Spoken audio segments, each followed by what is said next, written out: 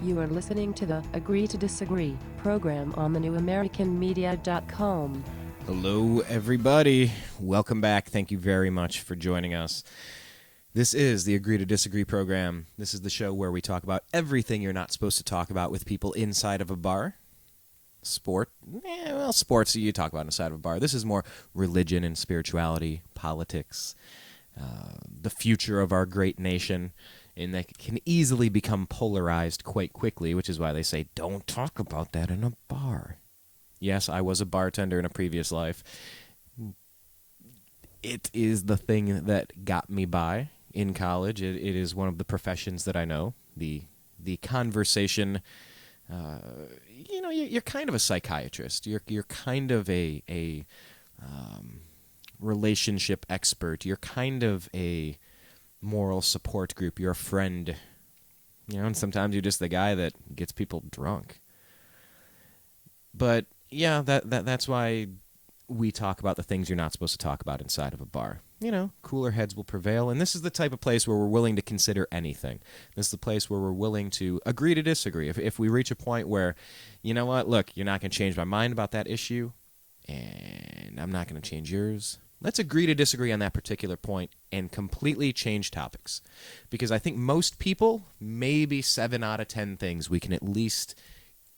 We don't have to drink each other's Kool-Aid, but we can see eye to eye. I think we can see eye to eye a little bit.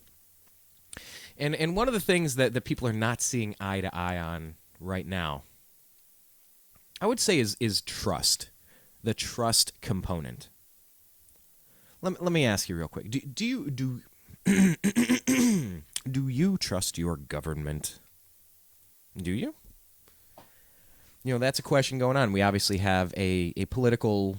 We're in the political season now and in full campaign mode on both sides. And do you trust your government? It's a big question. You hear stories, and then you dig deeper, and then you find more stories. And then you reach a point where you find so many stories, people just either start saying, that person's crazy, or you're a little nuts, or you're a conspiracy theorist. Love that. That's like the second grade equivalent of calling somebody a stupid head. You're a stupid head. It's where you don't have a large vocabulary. You don't really have much of an argument. But you're trying to embarrass the other person. So they become a stupid head. And that's kind of what's going on when you go down the rabbit hole seeking truth. You're just trying to find the reality of what's going on. Do you trust major corporations? How about BP with the oil spill? Maybe. Do they have your best interest in mind? Or is it really about the bottom dollar? About getting that dividend, getting that kickback, getting that big quarterly profit? And by the way, I think that's one of the big problems in America right now is that we go for the quarterly profit. Every 3 months, we got to show some sign of, all right, here's some more money. All right, we did really good this past 3 months. Can I keep my job? And so people, in order to keep their jobs, sacrifice the future in order to keep the current as nice as possible. But you have a situation where, I don't know, what do we have, 15-point-something trillion on our national credit card? Do you trust the bean counters running our country? Well, this is an issue today on Agree to Disagree that I don't think is going to be that polarizing. And I could be wrong. So I will encourage all of you out there, if you feel so inspired, and I can see all the current live connections out there. Thank you very much for listening. We are the New American Media. You can find us at thenewamericanmedia.com. We're on Twitter at American_media_. We're on YouTube at youtube.com/thenewamericanmedia. And I would say, and we're on Skype at TNAM Radio. TNAM Radio. So you can call us on Skype, or you could send us a direct message on Twitter. That's usually the best way to jump into a conversation live. Because prove us wrong. If this is a controversial subject, I would love to hear the controversy about educating people in explaining what the food source is and what we're consuming. GMOs, genetically modified organisms. Genetically modified organisms. Well, okay, so some egghead, some scientist somewhere in a coat tweaks some stuff and makes my stuff better. So what? So what?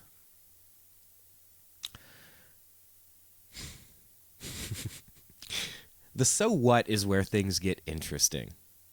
And they get interesting because I'm going to have to say that there might not be eggheads out there tweaking with our foods in the labs that really care about us. You know, these people might not be governmental, and when I say government, I don't mean, you know, big brother, brother's keeper, you know, oh, I wish government could take care of every aspect of my life. I don't believe that. So just because it's a governmental regulation and governmental agency doesn't mean they're good. Doesn't mean they're doing it right just because they're quote-unquote the government. Because what is the government? This is a republic. You and I are the government.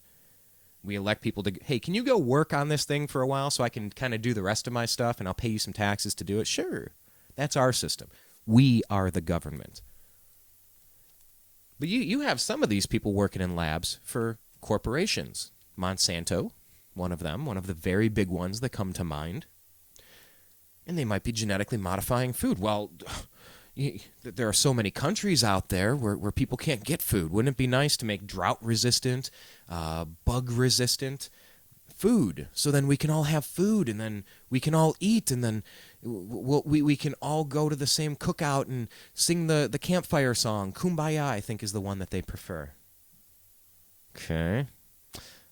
There's a lot of people out there that are not trusting what some of these corporations are doing any more than, you know, the CEO of XYZ Corporation that really screws up the next 10, 20 years of their company in order to make a quick quarterly profit. So we have somebody today, Pamm Larry, with labelgmos.org. Labelgmos.org. She has self-identified as the initial instigator and Northern California director of labelgmos.org. We're going to welcome Pamm Larry to our program right now. We're calling her live.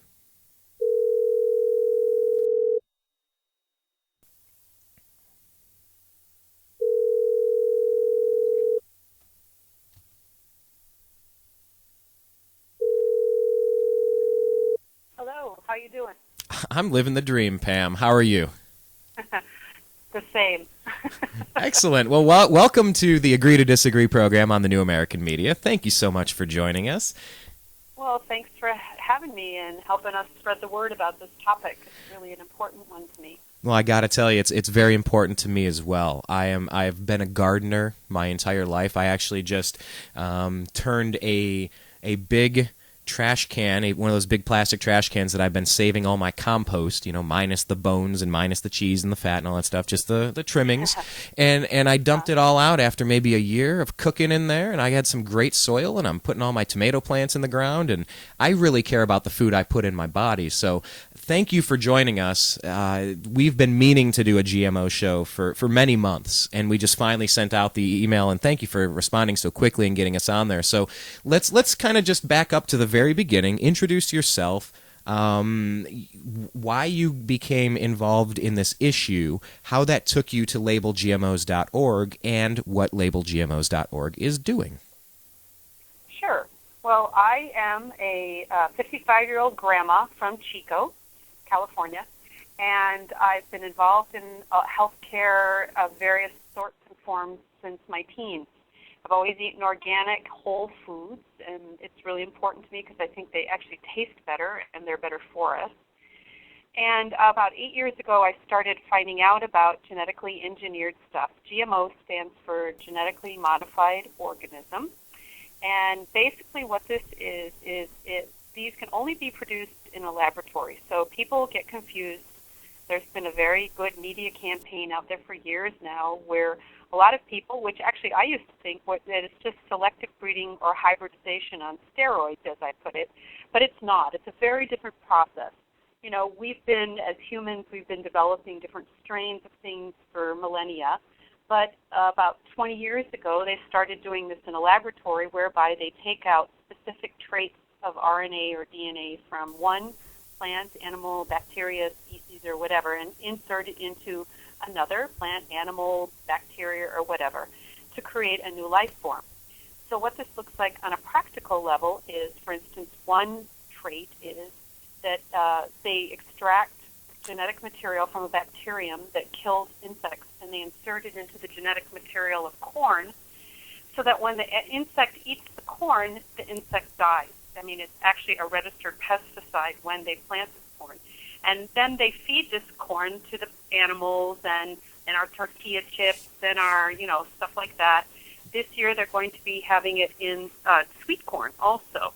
So it'll be on the shelf. There's a big movement right now to encourage Walmart not to carry this genetically engineered sweet corn. So that's the difference. Why is this important? Well, the big piece is that there really have been not one long-term human study on the effects of this process on our bodies. And when these things were first introduced, the FDA's own scientists warned of increased potential for allergies, increased toxicity, and a whole host of other things that they were very concerned about. And yet the FDA at the time just proved these, with a blanket, didn't have any problem proving anything without any further testing. There's a great deal of industry testing, and you will find many biotechnology, genetic engineering folks who will point to the hundreds of tests that have been done, research studies. But those of us out in the field and people who question other scientists who question this technology about moving forward, so quickly without independent research that's done over a long term. And in fact, we have found that many of our children these days, I don't know how many people out there notice this, but when I was a kid back in the day, it's like many schools don't even allow peanut butter in their schools because the kids are so highly allergenic these days. I've talked to, pediatricians who, the children can't even drink their mother's breast milk because of because they're so highly allergenic. So what we're doing, so anyway, last January, in January 2011, I had been becoming so upset about all this that I felt like I had to do something. And so I actually started LabelGMO.org and started this ballot initiative process because many, many legislative efforts had failed because of what many perceived to be deep pockets and the highly influential biotech, agribusiness, influence on our lawmakers, so nothing was getting out of committee in terms of legislation. All we're asking for is for our foods to be labeled, so that people will have transparent knowledge, they'll be informed, and if they don't want to eat this stuff, they don't have to. That seems pretty straightforward. Yeah, it's pretty straightforward. It's like, okay, fine, one of my favorite sayings is farmers' right to grow, our right to know. Is that a bumper sticker that raises money on labelgmos.org? Not yet. All right, we'll take 50% of that and we'll help you sell it. No, I'm just kidding. But anyway, yeah. So, we're just asking for the right to know. It's just that simple. They didn't used to label hardly anything in food. No calories, no protein. Now you go to, McDonald's or, Cheesecake Factory or Jamba Juice, and you've got the option of knowing how many calories are in there, if there's any fat, what kind of fat it is, what kind of sugar's in there, blah, blah, blah, blah, blah. And we're just asking for this piece. That's it. So I started this, like I said, January of 2011, and, no funding, no knowledge of how to do this, and basically went on the road and started going around the state of California talking to different people. So since then, we now have over 120 different leaders throughout the state organizing their communities. Since then, also, we've had different businesses and governments, NGOs, nonprofits sign up. Sierra Club, we just had the United Farm Workers come on as endorsers, Greenpeace, the American Academy of Environmental Medicine, California, and then there's other people, other organizations that haven't necessarily endorsed us yet because we don't even have this on the ballot yet. We're just gathering signatures. But, for instance, the California Medical Association thinks that genetically engineered foods should be labeled. The Indiana and Illinois Medical Associations all believe that genetically engineered foods, the Union of Concerned Scientists. So it's not like this fringe sort of something, you know what I mean? It's a no-brainer, basically, to us. Let's pick it up right there, because you were just saying that it's not that it's on the ballot. You're in the signature collecting mode. Let's back it up just a little bit, and focus, kind of put the pinpoint focus on the legislative process. Like you said, you started from scratch, and it's just like anything. Nobody knows football until they start playing it. Nobody knows chess until they start playing it. Nobody knows anything until they start playing it. There's a nature versus nurture component. Some of it's in our genes, fine.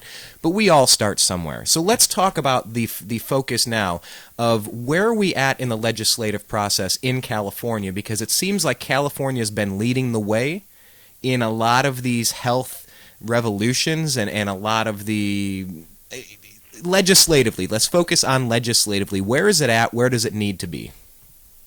Okay, well, there are actually, this is not legislation, okay? Legislation comes from our elected officials. Okay. So in California, that would be out of Sacramento. So if you want to talk about legislative efforts, we can point very easily to Assembly Bill 88, which just once again got stuck in committee. And what that was for was the FDA is currently looking at deregulating genetically engineered salmon. So California, Assemblyman Huffman out of Marin, came up with this legislative bill out of Sacramento, which said that if the FDA does deregulate salmon, that it will have to be labeled in California. And as so many times when any kind of genetically engineered legislation is proposed, it did not get out of the Appropriations Committee. So it didn't even make it to the floor, meaning the to be voted on by the whole assembly in Sacramento. Right. So that's the legislative process. In the legislative process, someone in either the Senate or the Assembly in California, it's based on like our Congress, Someone introduces a bill, it goes to committees, then it goes to committees, and then it goes to the floors, and then it gets voted on in the one house, and then it starts that process all over again in the other house. Usually it's called the Senate in most states. So although we have 2 states right now who are looking at legislation, and it seems to be going well, historically that was not happening. Things would just languor and die in legislation. Right. So in 24 states throughout the country, California being one of them, there is a process by which, if our legislators are not doing what we the people want them to do, we the people can stand up, unite, write a law, and then get enough signatures saying that enough people think this is a good idea that it gets on the ballot. So it would essentially bypass the legislative gridlock of nothing getting it seems like a lot of times in state or national politics, you either get nothing done or bad things done. So it's almost better to have nothing done sometimes. But so you're saying that in California, enough citizen signatures, that's a lot of S's, that means that this now becomes a law because we the people, we the government say so. Go ahead, mark it. We just wrote it. Is that what happens? No, you get enough signatures to be able to put it on the ballot to vote. So when it's been going up there, but it's dying, it's not even getting out for the potential for a vote, you're able to bypass, kind of like around a city. You're taking a freeway in, and you take that loop around the city so you can avoid it. You just avoid the gridlock and say, all right, here's the bill now, put it to a vote. It has nothing to do with a bill. A bill is something that happens in the legislative process in Sacramento. This is a different way to get to a law. Okay. Okay, law. It has nothing to do. Yeah, it has nothing to do.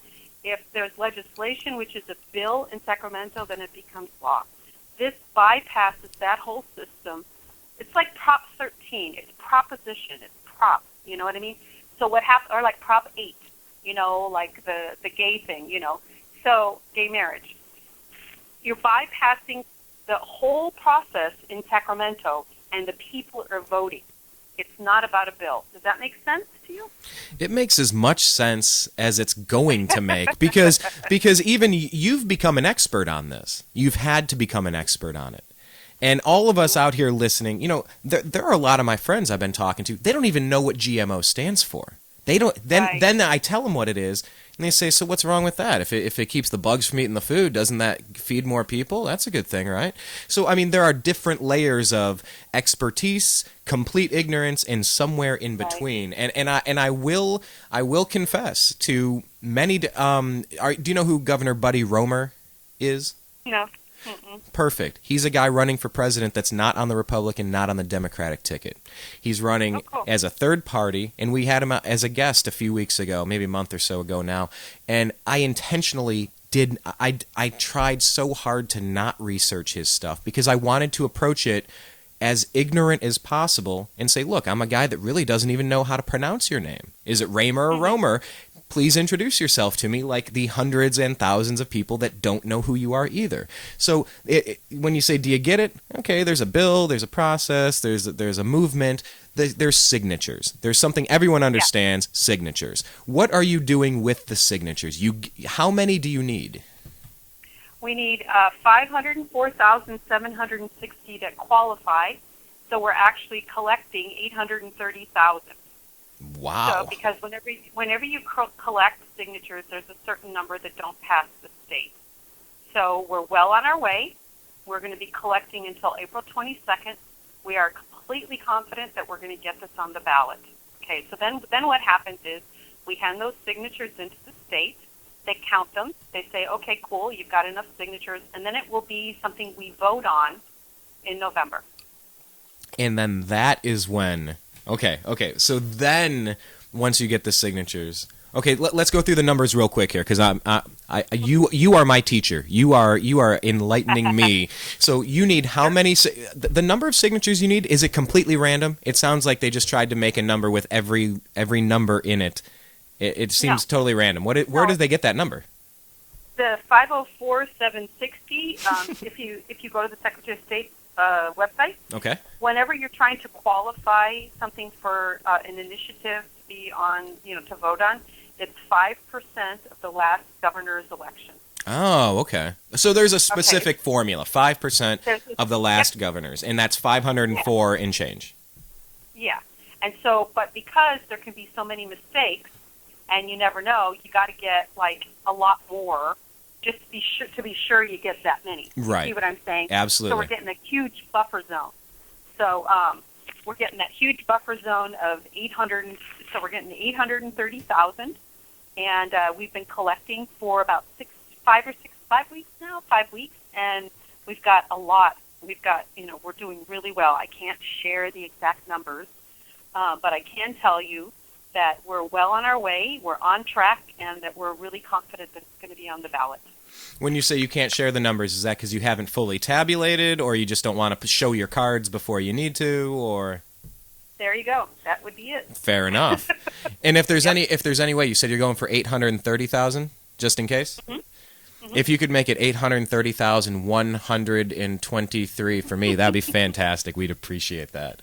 It'd be great. We are talking live with Pamm Larry. I believe the phrase you sent us was initial instigator of labelgmos.org. We're gonna go to our normal commercial break here in just a quick second. But can you the initial instigator? You're the first person that really stood up and said, "Enough of this. I'm starting this, and we're gonna do it." So you are the catalyst that has this label GMO movement rolling in California right now.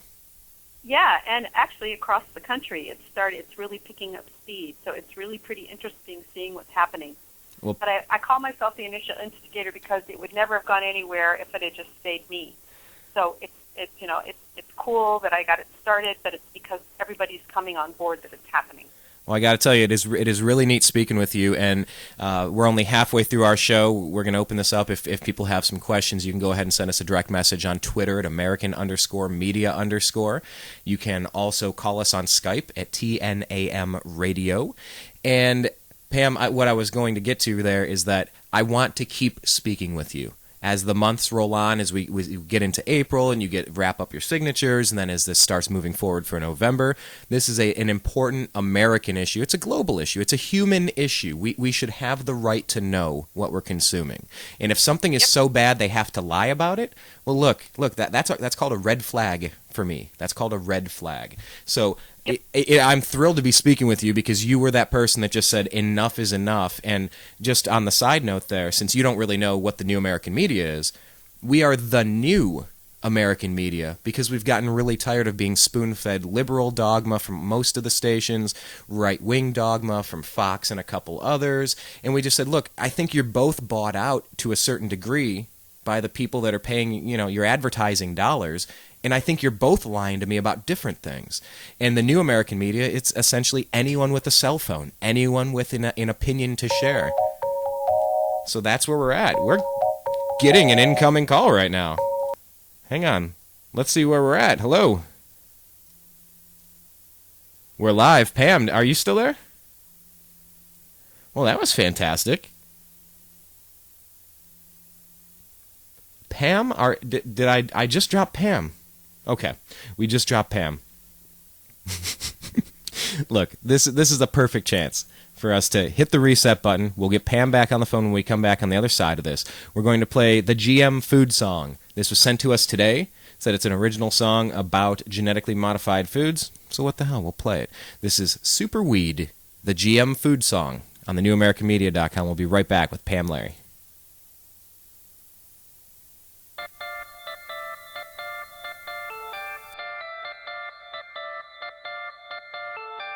There lies a certain sanctuary neath the field of green where the rhythm of the source resonates with you and me.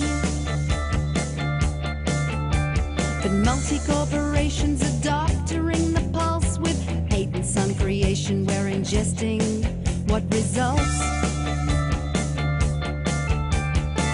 Why do they hype these GM foods? Profits can be genetically improved. Given the right, you know they'll choose to put profit before you. Mother Nature is the essence, the perfect harmony, her purity, the balance, mind and body need. From the cradle, her life flows through the blood of nations, though what happens to the river with the source manipulated? Why do they hype these GM foods? Profits can be genetically improved. Given the right, you know they'll choose to put profit before you. We live in a world of technology. Look all around, how many bugs do you see? On mutants on the blueprint, tight controlling hands. Critters eating cash crops propagate the land. As new strains in the food chain lead to pesticide, the ark's left its mooring, rivers on the rise.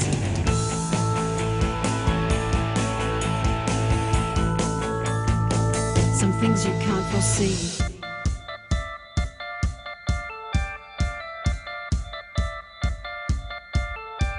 Scarecrow wears a lab coat when reapers collect their share. Circling politicians see riches from the air. In this monetary madness of temptation and treason, can you see a sweet harvest in a version of Eden? Why do they hype these GM foods? Profits can be genetically improved. Given the right, you know they'll choose to put profit before you. Why do they hype these GM foods? Profits can be genetically improved. Given the right, you know they'll choose to put profit before you.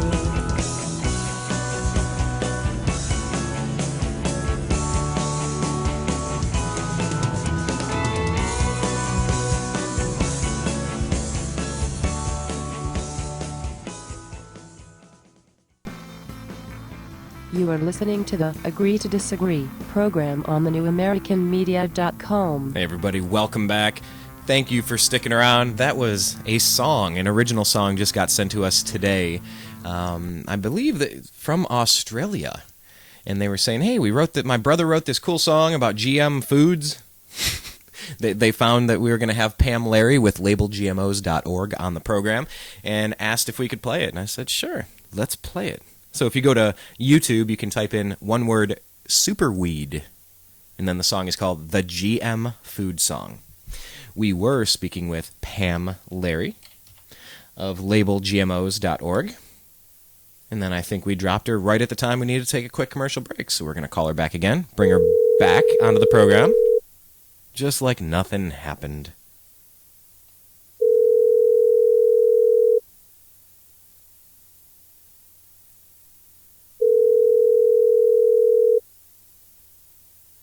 Hello. Hey Pam, it's Brian. I don't know what happened there, but it seems like every time we do a sports show, there's no money in sports. Anything I say in sports isn't going to take away anything from the pockets of the owners of the NBA or NFL teams. But every time we get into politics and Monsanto money and things like that, we have the weirdest things happen with our phone lines. It's kind of incredible. Now you could squash all that by saying, no, my battery went dead. I just had to plug it in. Is that what happened? Sorry. No. Well, you know what? There's this phrase. It comes from the union of marriage. It says, "Speak now or forever hold your peace." And I think you and I are both people that have realized now is the time to speak up, regardless of goofiness or whatnot, because that's what government is. It's we the people. It's you and me. And if you have a problem with it, there are other people that are going to have a problem with GM foods as well. So we can pick things up there and talk about. What type of feedback have you been getting from people as you approach them? Do they look at you like you're wasting your time, like you're crazy, or do they quickly understand that something's wrong, or do they know the issue already? That's a good question. Well, it varies. There, and also there's two answers to it. There are a whole lot of people that know nothing about this issue, and that's one of the things that is kind of like my personal mission, even after this initiative is over, is to help people who are ready and interested in this topic to learn more. Right. The other piece is if they do know anything about this, the vast majority, I would say 90. It's kind of like the same statistics of people who want labeling. Study after study shows and poll after poll shows 90% plus of people want their foods labeled if they're genetically engineered or not. And so that's kind of the response out there in the street. I've had people, that have ended up being leaders say, I got shivers when I heard about this. What you're doing here. Yes, can I help? Thank you. It's mostly thank you so much for taking a stand and for not, backing off. Because, at the beginning, it was pretty, there wasn't a whole lot of support except for on the streets of people who knew about this. But the larger organizations weren't ready to jump on board. It took a while, as in anything that involves big change. Whenever you've got somebody that comes along that's actually going to probably do something that's going to make a big impact, sometimes it takes a while for people to get on board in terms of established organizations, no matter how important this issue is to them. But the people on the streets that know about this have always been ready to rock and roll around it completely. It's been amazing to me watching these people around the state, get about signatures before that. All last year. You got to remember, I started this last year, so a lot of these people that came on board, between July and October of last year, and have been working, many of them, full-time jobs, basically, organizing for this. People care passionately about this issue. Well, I do too, and that's why we're bringing it to our crowd. And the beautiful thing that we have with Twitter, the thing that we have with Facebook, and the thing that we have with YouTube is, we get everybody that checks it out live, but then we archive this, and then you get to send it out to 5,000 people. then we get to send it out to 10,000 people. And it just starts spider webbing to everybody that cares about freedom and liberty. And you touched on a really good point, because that's one of the big components that we have on Agree to Disagree. It's the longing, the desire, the need, the demand for freedom and liberty, maximum freedom and liberty without hurting other people. That's what our country was founded on. I just think we've been on the wrong track for about 100 years now. But you mentioned that it takes people a little while to kind of understand the idea and then warm up to it and then figure out what needs done. It takes them a little bit of time. This country was started in the 1780s with a great concept of that we're all equal. That it's equality, that nobody's better than anyone else. And the whole the 3/5 provision with slaves at the time, it's a whole backstory, whatever. But it took until the 1860s until that slavery thing was sorted out the way that the founding document intended from the beginning. It was that, no, this crap is not going to go on. We can't. It's not going to work right now in 1780. But if we push this out till 1860, we'll figure this out and we will be equal. So, the concept of just trying to get the correct information out there, it takes a little bit of time, but nobody can stop an idea whose time has come. Slavery is ridiculous to me in 2012 to think that people used to do that, but the time had to be right. And with GMOs, it just seems like the time is right now for everybody to wake up and say, this is my body, you don't get to come in here without telling me the truth. And I think that's pretty fair. Sure feels like it. Things are getting very sparked.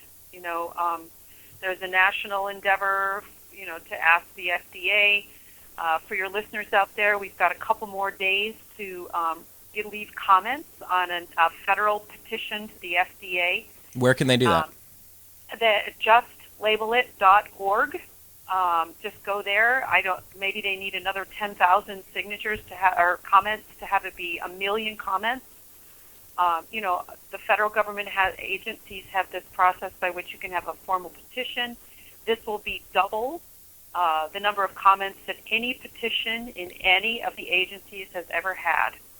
And wow. By going to justlabellit.org, you can follow the click and leave your name and your 2 cents there to give to the FDA to tell them, we want labeling on a federal level, and we want, right.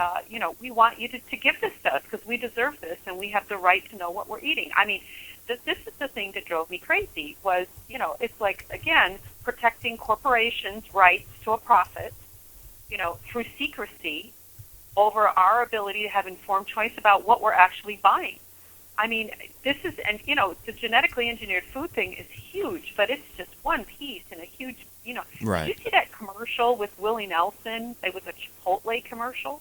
No, but Willie Nelson usually makes me laugh. Yeah. Well, he's singing a song by Coldplay. Coldplay, isn't that a band?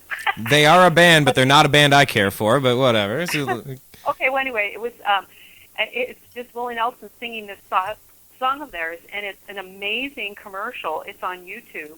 I don't know the exact URL, but I would just Google, YouTube Chipotle Willie Nelson, and you'll get this up. It was, I guess, during the Is it where would it be where he's stranded at a gas station? No, it's just him singing in the background. I mean, you don't even see him. It's almost like a cartoon commercial, and it just shows this progression of a farmer, with happy pigs, and then it grows into this big, huge, corporate, where the pigs are in the buildings and not seeing the sunshine, and then, just realizing this isn't the way, and then he gets rid of all the, it's a great commercial. By the way, we found the commercial, and we're going to send it out on our Twitter feed. If anyone's out there, go to American_media_, and we're going to tweet the commercial that we're talking about right now. So pick it up from there. Yeah, it's a great one. And, in the news lately, there's this big, what is it, pink slime or something? Oh, that's so gross. Like that. Yeah, well, it's like that's another piece. It's like people have no clue what they're buying. And every time we buy something, we're voting to keep that whole system in place. And that's what And, capitalism is supposed to be, not crony capitalism. We haven't had real capitalism in this country in over 100 years. It's always been about paying your friends and all of the connections in Washington. It's been corrupt for 100 years. And people are like, oh, we got to end capitalism. No, we got to get back to capitalism. And capitalism at its core is you take your dollar. Now, destroying dollars through inflation and the Federal Reserve, that's a totally different show, but it's kind of related to truth and honesty. But you vote with your dollars. That's a vote. You say, I will buy a GMO bag of potato chips, or I will pay $2 for a non-GMO bag of chips until nobody makes that other stuff. In capitalism, the people, 90-something%, say, no thank you. Yeah, well, whatever they say, we don't know what they will end up saying. You know what I mean? Historically, there are, close to 50 countries around the world that label their genetically engineered foods, and that is what tends to happen when things are labeled. People have an instinctual reaction to eating something that's, that's basically a chimera. It's been, if you talk to, a genetic engineer, they'll say, oh, it's just, a strand of DNA, a strand of RNA. That is one perspective, And just fine. the DNA and RNA. That's not important stuff. It's just a tiny little thing, is what they'll say. Well, I understand. But, it's a different worldview, and they're entitled to their worldview. They're entitled to have it, but we, the consumer, are also entitled to ours. And, it's really interesting to me. A lot of times when I talk to people in biotech, it's like somehow they think we should have to justify why we want labeling. We think it's this and that, and, you're just going to confuse people, and it's, you're going to confuse people. No, they're confused when it's not labeled, And it needs to be the reverse. They need to justify why they shouldn't. Yeah, well, I think that's my opinion too, but I'm just saying, I don't feel like we even have to have any reasons why we want them labeled. We want them labeled, okay? I don't have to justify when I go to, to buy a car, why I want to buy one, if I want to buy a Toyota over a Chevy, or if I want to, I don't have to tell you why. I'd like to know the gas mileage. I'd like to know their Better Business Bureau report. I'd like to know their quarterly earnings. I'd like to know who the CEO of their company is and who their shareholders are. Why? Because I vote with my dollars. That's it. Exactly. It's like, who are you? It's like, I'm buying like when you buy a house, you have to disclose everything about the house. Right. It's like, it's craziness, and it's time for us to bring this to our food too. Again, we didn't used to do calories, nobody cared about labeling any of that stuff. Nobody cared, we didn't label how many, what kind of carbohydrates they were or not. And now we do. Just let's do this too. And if people don't want them, they don't have to buy them. If people do want them, you know what? Then if people like genetically engineered stuff, well, I'll tell you what, then it's labeled, you can buy more. Well, you know what I mean? It's like... Yeah, and then you have the option. You have a well-educated opinion. It's not deceptive. It's not shady. And there's no ulterior motive that the truth... I'm a big fan of the truth.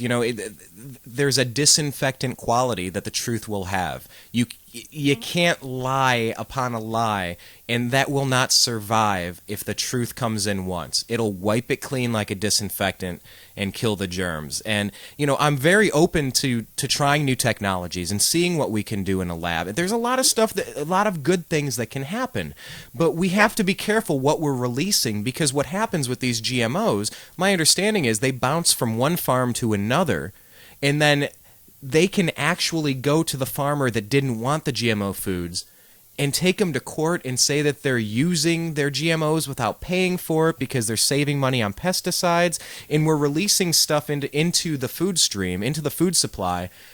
We don't know what's killing the honeybees. They're suspecting it's pesticides. The regular organic food is getting contaminated with GMOs, and we might reach a point where you can't get organic food because it's all been contaminated. That seems completely illogical to me. That should be the last option after 10, 20, 30, 40, 50 years of long-term testing, as opposed to, let's just try all this stuff at once and see what happens. Am I crazy, or are they? Well, you know what? This is a labeling initiative, and so that's a whole other topic. You know what I mean? It has nothing to do with labeling. I have some personal opinions about all of that, which I don't generally share because I'm on this mission of labeling. You are pinpoint focused. Yeah, and so I think it's real important, but what I would like to suggest to people is that they investigate. Right. They go out there and learn. There's a big world, and many countries in the world have been discussing, and I mean, like I said earlier in the show, of close to 50 countries label genetically engineered foods. Some countries ban the growing of genetically engineered foods, and pretty much in every developing country, there are huge issues around this, and people can go and Google Bill Gates and learn a whole lot there about genetically engineered stuff. I have. They can Google, GM Watch is a great, GMWatch.org is a great resource for news about genetically engineered issues of all kinds and sorts throughout the whole world. If you listen to biotech, they will tell you India's flourishing. If you then Google Vandana Shiva, who is one of the heroines of the genetically engineered movement, you will find that many, many provinces in India are banning GMOs. So it's just a very complicated, complex issue on a global level. And so, yeah, I was just going to say, a lot of learning. Yeah, well, I was going to say there's somebody out there, Alex Jones. He runs a website called InfoWars, and he really makes a lot of good points, and then sometimes it's like, whoa, I don't know, and then you back away for a second. But his website's called InfoWars because he says that there's an information war going on. You're telling me from one side they're saying, oh yeah, everything's great and rosy and fantastic in India. Actually, Pam, are you still there? This is getting hilarious because you bring up InfoWars, and then the call drops. We're calling Pam again. That is fantastic. Either she's messing with me, or somebody else is. Unbelievable. Except it's totally believable.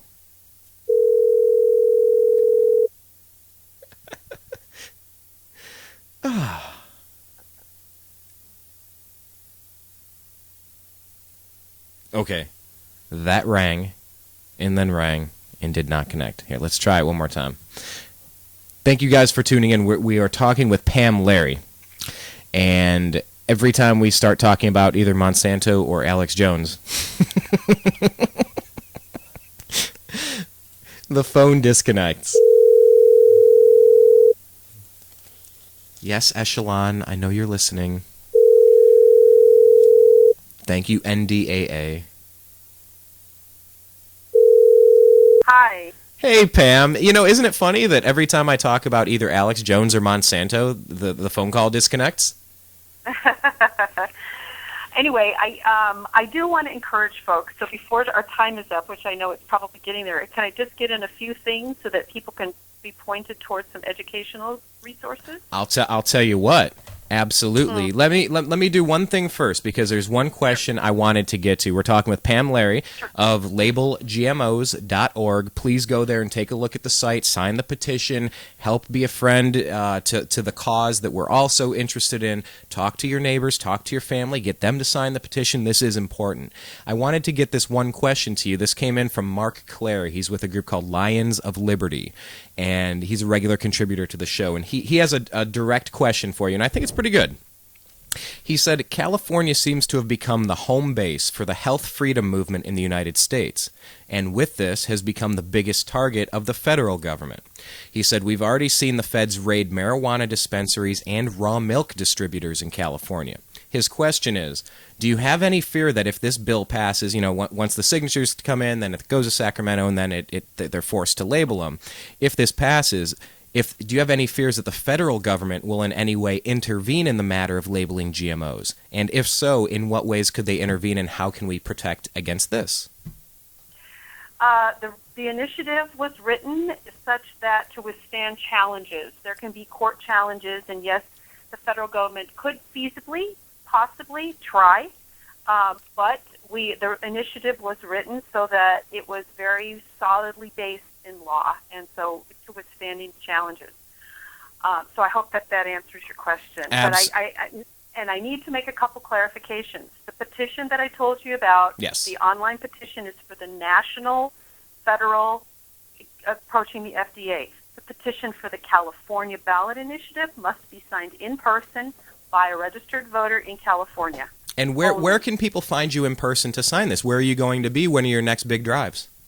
Well, we're out every day. So people, if they want to find out where to sign, they'll need to email me directly, because we're not advertising where we are, so there's not to interfere with the petition drive, because you never know what's out there. They can email me at Larry, because my name's Pamm Larry, at labelgmos.org, and tell me where you live, because that's important, because we've got leaders all around the state that I'll direct you to. We need help. We still need help gathering signatures, so if you'll help us by volunteering, again, please go to labelgmos.org. Again, must be signed in person with a pen, witnessed in California on our specific petition. Nothing online. If you think you've signed something online and you live in California, you have not signed our petition yet. The other place that you can go visit, the Coalition website. We now are a coalition with the Organic Consumer Association, the Institute for Responsible Technology, Food Democracy Now! We have amazing businesses, highly ethical, with high integrity businesses that have joined us. Nature's Path. I mean, what an amazing company. Dr. Bronner's Magical Soaps. Oh, we love that, yeah. Heavenly, I know. Eden Foods, Nature's Valley. You get the seventh generation yet? Not yet, but we're working all that stuff. Lundbrook Rice, Nutiva, Strauss Dairy has been amazing. Mercola.com. Dr. Mercola has been acutely involved in this. I don't know if you know that website, but they're great alternative health folks. In fact, I'm going to Chicago and getting interviewed by him on Tuesday. Nice. So we need people on the ground. Once we gather, signature gathering is done, we still have a lot of educating to do. We have a lot of campaigning to do. So it's great that we're going to get to talking to you. But right now, if you can spare an afternoon or 4, you can get trained and help us gather signatures. And so please, Larry at labelgmos.org. Help us get out there, get this on the ballot, be part of making GMO history. So, yeah. No, that is fantastic, because there's a lot of different ways, and you started touching on them, different ways that different people are contributing and different things that everyone can do. You mentioned where people could go learn how to get signatures and gather and go meet somewhere and sign something, but you might actually have a few people out there listening, and I know that you will, because there's a lot of these folks in California especially, people that are doing well at their jobs and they're making some money, but what they don't have is time. Earlier we talked about where you said, yeah, I'd like to put my 2 cents on that, and then we joked about bumper stickers, and you know, now I'm thinking, okay, so is there a place, you said you need to get the word out with advertising, if someone wanted to contribute, do you guys have a place where they could contribute? Maybe they have some money, but they just don't have the time, because most of us now, we have time but no money, but some people actually have the opposite of that. Right, yeah, and we need your donations. This is initiatives are incredibly expensive. We've got to raise a lot of money to have commercials in November.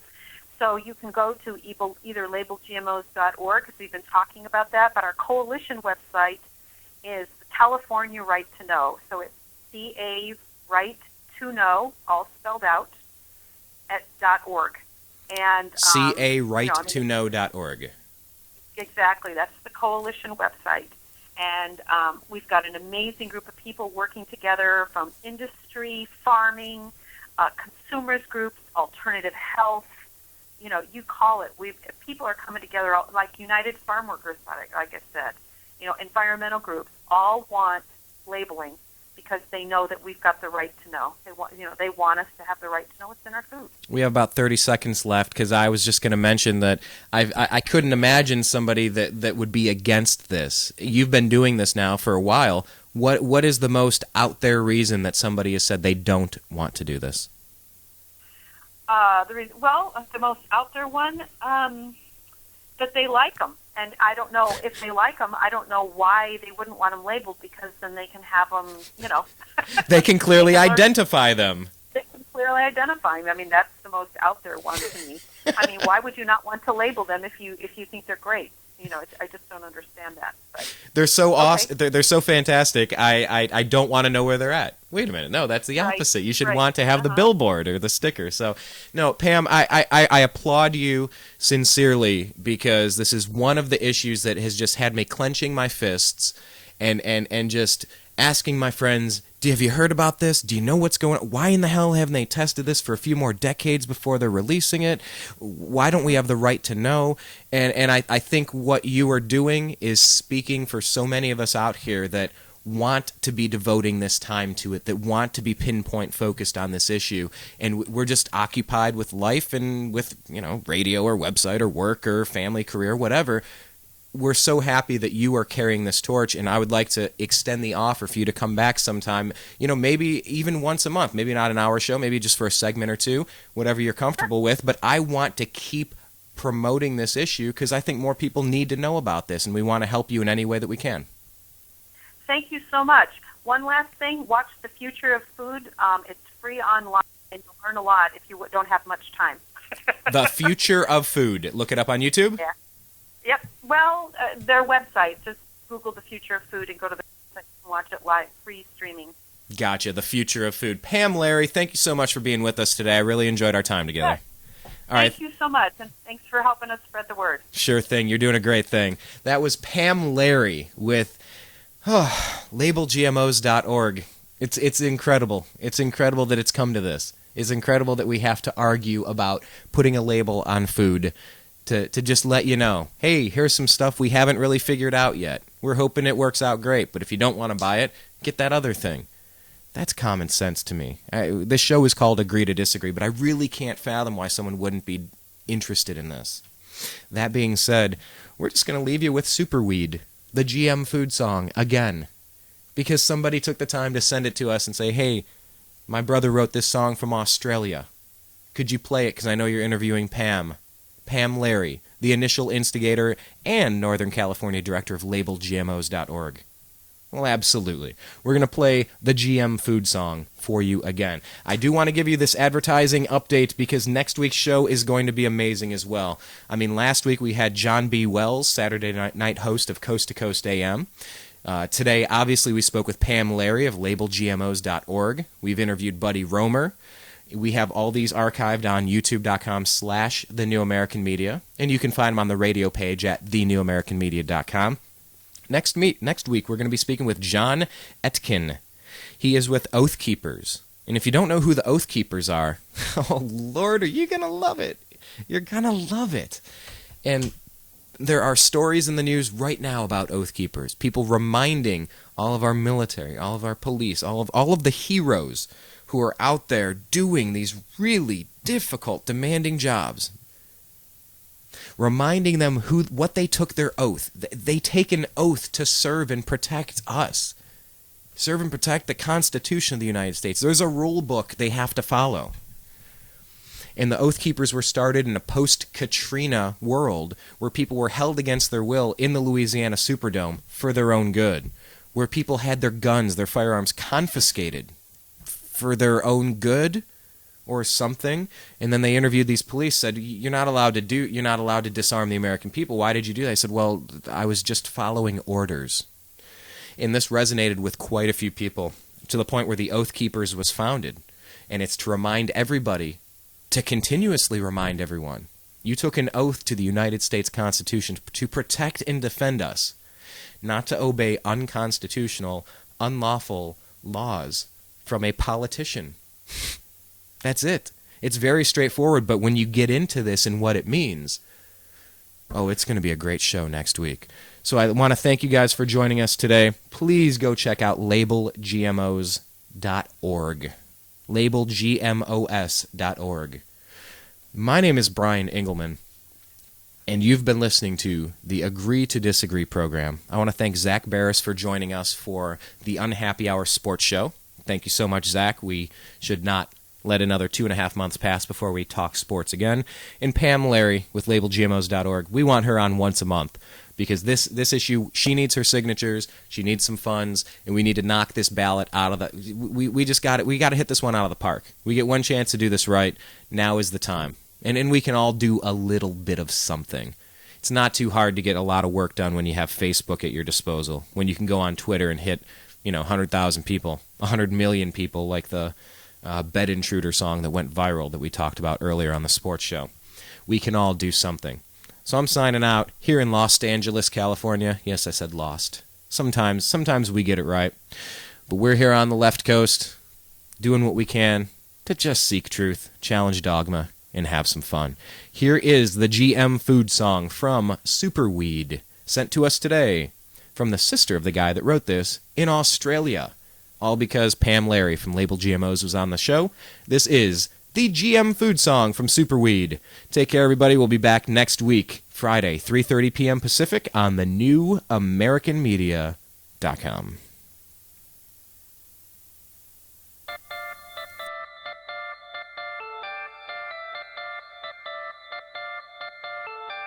There lies a certain sanctuary neath the field of green where the rhythm of the source resonates with you and me. But multi-corporations are doctoring the pulse with patents on creation. We're ingesting what results. Why do they hype these GM foods? Profits can be genetically improved. Given the right, they'll choose to put profit before you. Mother Nature is the essence, the perfect harmony, her purity, the balance, mind and body need. From the cradle, her life flows through the blood of nations, though what happens to the river with the source manipulated? Why do they hype these GM foods? Profits can be genetically improved. Given the right, they'll choose to put profit before you. We live in a world of technology. Look all around, how many bugs do you see? On mutants on the blueprint, tight controlling hands. Critters eating cash crops propagate the land. As new strains in the food chain lead to pesticide, the ark's left its mooring, rivers on the rise.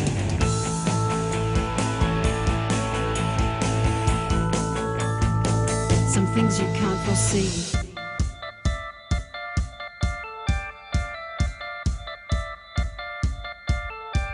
Scarecrow wears a lab coat when reapers collect their share. Circling politicians see riches from the air. In this monetary madness of temptation and treason, can you see a sweet harvest in a version of Eden? Why do they hype these GM foods? Profits can be genetically improved. Given the right, they'll choose to put profit before you. Why do they hype these GM foods? Profits can be genetically improved. Given the right, they'll choose to put profit before you.